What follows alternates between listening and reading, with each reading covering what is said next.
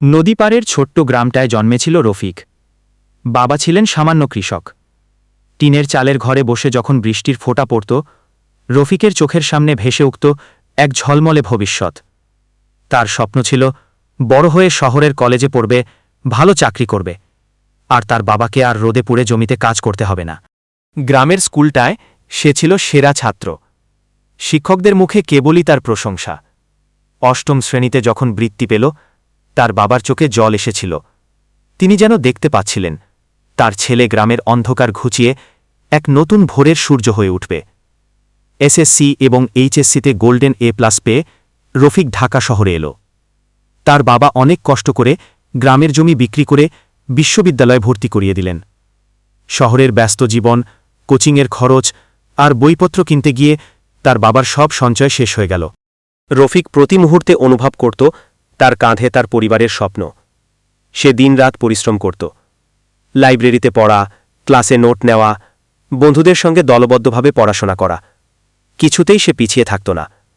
তার লক্ষ্য ছিল একটিই, ভালো ফল করে বড় কোম্পানিতে চাকরি পাওয়া। 4 বছরের অনার্স জীবন শেষ হল, কিন্তু যখন সে চাকরির বাজারে প্রবেশ করল, রফিক ধাক্কা খেল। চাকরির আবেদনপত্র, সিভি জমা দেওয়া, পরীক্ষা দেওয়া, সবই যেন এক অন্তহীন গোলকধাঁধা। সে বহু চেষ্টা করেও কোনো সরকারি বা বেসরকারি চাকরিতে সফল হতে পারল না। তার রেজাল্ট, তার জ্ঞান, তার মেধা সবই যেন এক অদৃশ্য দেয়ালে ধাক্কা খেয়ে ফিরে আসছিল। দিনের পর দিন কেটে যাচ্ছিল। বন্ধুরা অনেকে চাকরি পেয়ে ভালো জীবন শুরু করেছে, কিন্তু রফিক বেকার। তার বাবার পাঠানো সামান্য টাকা আর বন্ধুদের সাহায্য নিয়ে সে কোনো মতে ঢাকায় টিকেছিল। চাকরির আশায় সে ছোটখাটো কাজ করত, যেমন প্রাইভেট পড়ানো, কিন্তু তাতে তার খরচ চলত না। তার স্বপ্নগুলো একে একে ভেঙে যেতে লাগল। সে মনে মনে ভাবত, কেন এমন হয়? আমি তো কোনো খারাপ কাজ করিনি, আমি তো কেবল পড়াশোনা করেছি। তার আত্মবিশ্বাস শেষ হয়ে গিয়েছিল। তার গ্রামের বাড়িতে খবর গেল রফিক চাকরি পায়নি। তার বাবা মা লজ্জায় মুখ দেখাতে পারতেন না।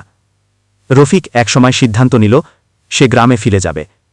তার ঢাকা শহরে সবকিছু ব্যর্থ বলে মনে হল। যখন সে গ্রামে ফিরল, তার বাবা মা তাকে সান্ত্বনা দিলেন, কিন্তু রফিকের নিজের মনের কষ্ট কেউ বুঝল না। এক রাতে রফিক তার বাবার ঘরের পাশে গেল। যখন তার বাবা ঘুমিয়েছিল, সে দেখল তার বাবা কিভাবে বুড়ো হয়ে গেছেন। তার শরীরে আর শক্তি নেই। রফিক তার বাবার দিকে তাকিয়েছিল এবং সে বুঝতে পারল তার ব্যর্থতা শুধুমাত্র তার নিজের নয়, তার পরিবারেরও। পরদিন সকালে রফিককে ঘরের মধ্যে খুঁজে পাওয়া যায়নি। গ্রাম থেকে একটু দূরে নদীর ধারে তার দেহ পাওয়া গেল। তার হাতে একটি চিঠি ছিল, যেখানে লেখা ছিল, আমার বাবা, মা, আমি চেষ্টা করেছি, কিন্তু এই পৃথিবীতে আমার মতো মানুষের কোনো জায়গা নেই, ক্ষমা করে দিও। গ্রামের মানুষ জানল রফিক আত্মহত্যা করেছে, কিন্তু কেউ জানল না রফিক কেবল তার জীবন শেষ করেনি, সে তার সমস্ত স্বপ্ন, তার সমস্ত আশা আকাঙ্ক্ষা এবং তার পরিবারের ভবিষ্যৎকে নিয়ে গেছে।